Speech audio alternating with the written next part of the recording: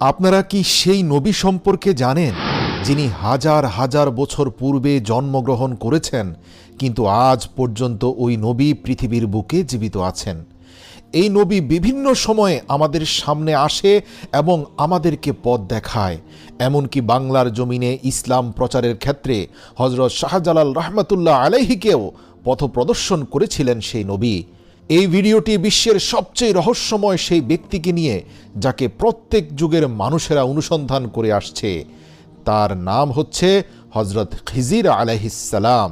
কিভাবে তিনি কিয়ামত পর্যন্ত হায়াত পেয়েছেন, কিভাবে তিনি পৃথিবীর বুকে এক রহস্যময় ঝর্ণা, যার নাম আবে হায়াত, যেই ঝর্ণার পানি পান করলে মানুষ আজীবনের জন্য হায়াত পেয়ে যায়, সেই ঝর্ণার পানি পান করেছিলেন। এই সকল রহস্যময় প্রশ্নের উত্তর আজকের এই ভিডিওতে আমি আপনাদের জানাবো।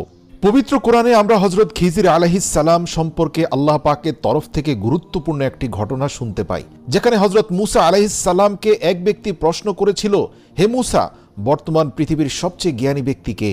তখন হযরত মুসা আলাইহিস সালাম এই প্রশ্নের উত্তর আল্লাহ পাকের দিকে সমর্পণ না করে মুখ ফসকে বলে ফেলেছিলেন, এই পৃথিবীর বুকে যেহেতু নবী হিসাবে আমি জীবিত আছি, তাই আমি ব্যতীত আর কোনো জ্ঞানী মাখলুক নেই।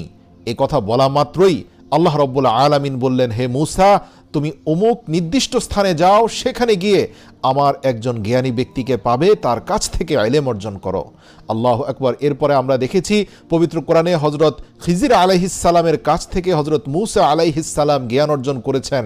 এমনকি সেখানে হযরত খিজির আলাইহিস সালামের জ্ঞানের কাছে হযরত মুসা আলাইহিস সালাম ধৈর্য ধরে টিকতে পারেননি। আল্লাহু আকবার।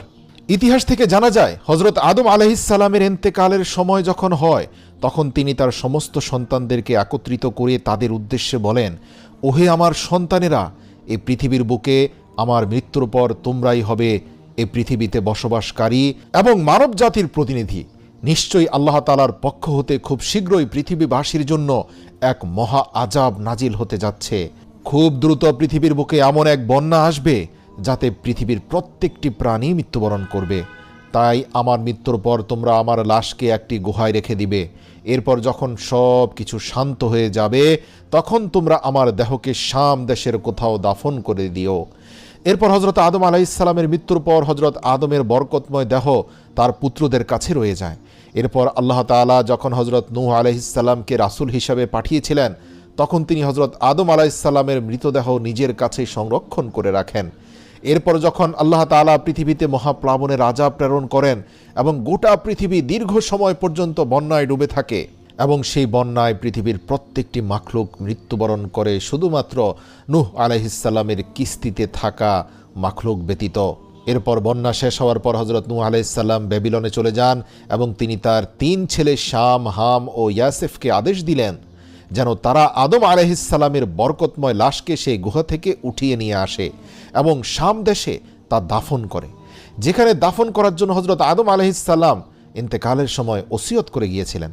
তখন এই ছেলেরা বলল, আব্বাজান, শাম দেশ অত্যন্ত ভয়ঙ্কর। এই পৃথিবীর বুকে সবচেয়ে কঠিন রাস্তা হচ্ছে শামের রাস্তা। সেখানে যাওয়ার রাস্তা কেউ চিনে না, আর সেখানে গেলে কেউ ফিরেও আসে না।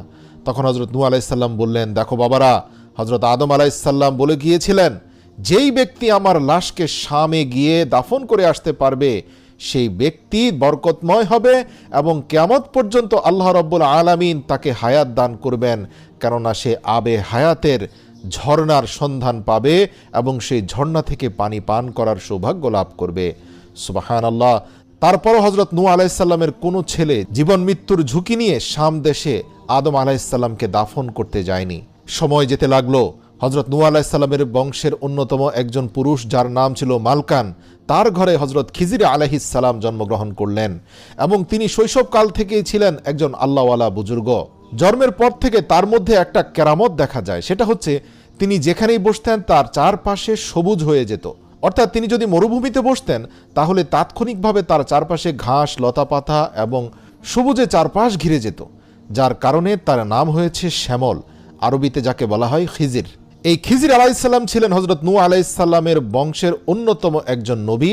তার চাচাতো ভাইয়ের নাম ছিল হযরত জুলকারনাইন আলাইহিস সালাম, যাকে আবার আল্লাহ তাআলা পুরো পৃথিবীর শাসন ক্ষমতা দিয়েছিলেন।